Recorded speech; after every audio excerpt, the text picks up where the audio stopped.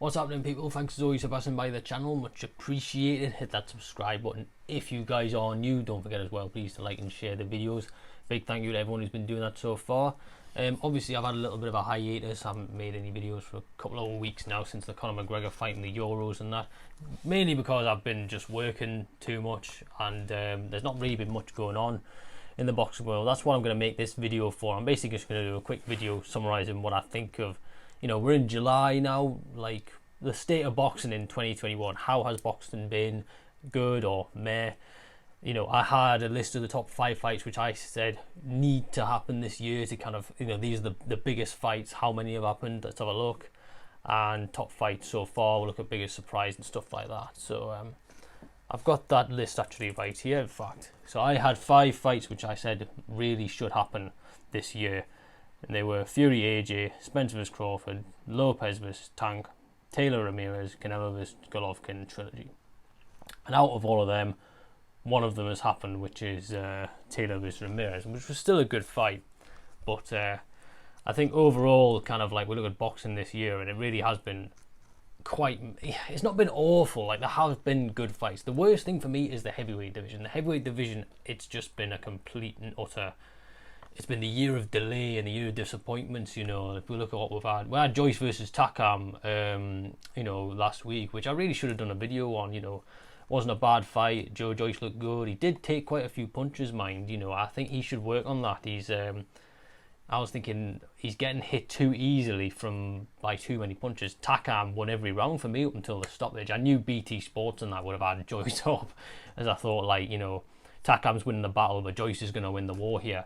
And despite the fact that Takam literally throws the most obvious overhand right ever, he was still catching Joyce with it. But I didn't have a problem with the stoppage because Joyce just turned it back around and Takam looked done. Nice, alright little fight, but not anything too special. He's going to get knocked out one day though, Joe Joyce. I mean, he's got so much faith in his chin. He just seems so confident to take punches. The way he was eating some of them, and he's still quite slow. Like, there's levels to the power game. If he's like that against a Joshua, a Dillian White, or maybe even a Luis Ortiz who can sit behind, I don't know what's still left of him, and certainly a Deontay Wilder, I think it's lights out. But credit to both lads, well done. We'll see where they go next. But in terms of the heavyweight division this year, it really has been like super disappointment. Just AJ Fury was announced and then planned, then it's never happened.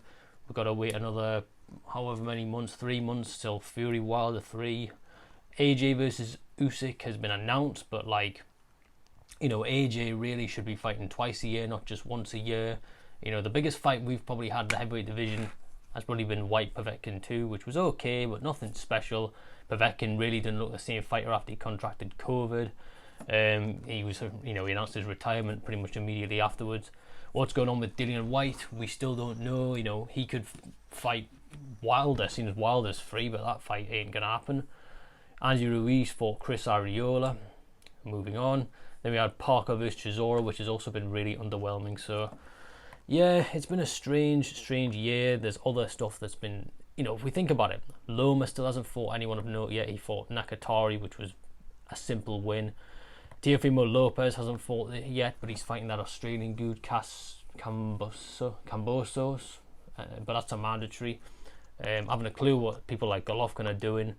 The only fighter this year who really seems to be doing anything consistent is Canelo. He's fighting twice a year, May and September, just like what Floyd did. That's why boxing needs a Floyd Mayweather. Floyd Mayweather fought twice a year consistently, and it was a case of, he's going to fight, it's just who's the opponent going to be. That's what boxing needs.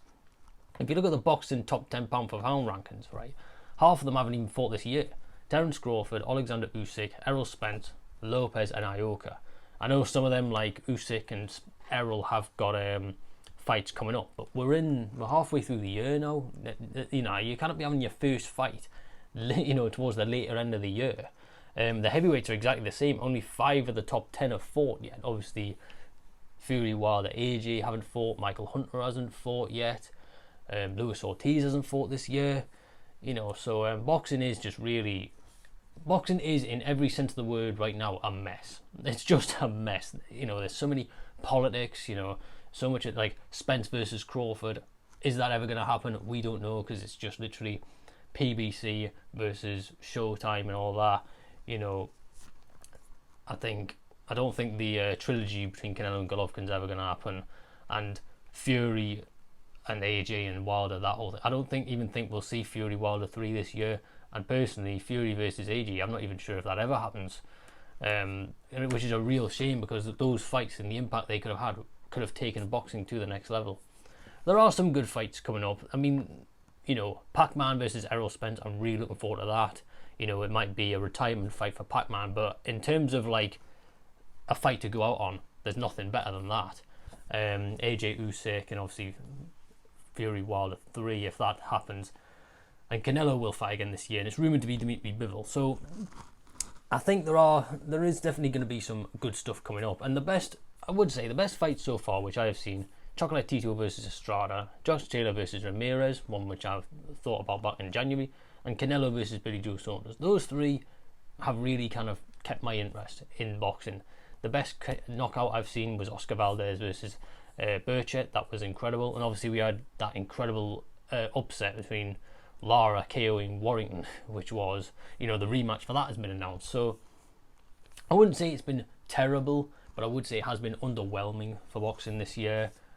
Just mainly because of the politics and all the games and all the debates. You know, it's like, I think when it comes to the top 3 heavyweights, they do want to fight each other. The problem is outside forces getting involved. You know, broadcasting rights and arenas and Showtime and purse bids and all this kind of stuff. So get rid of all that and just let them fight, please. Just let them fight. That's all we want to see, and that's all we want. We just want to see the fights happen. Oh well, here's hoping they can make it. Let me know what you guys think. Let's hope we can get them, and I'll be back very soon with some more boxing and football updates as quick as I can when the next match and fight happens. Peace.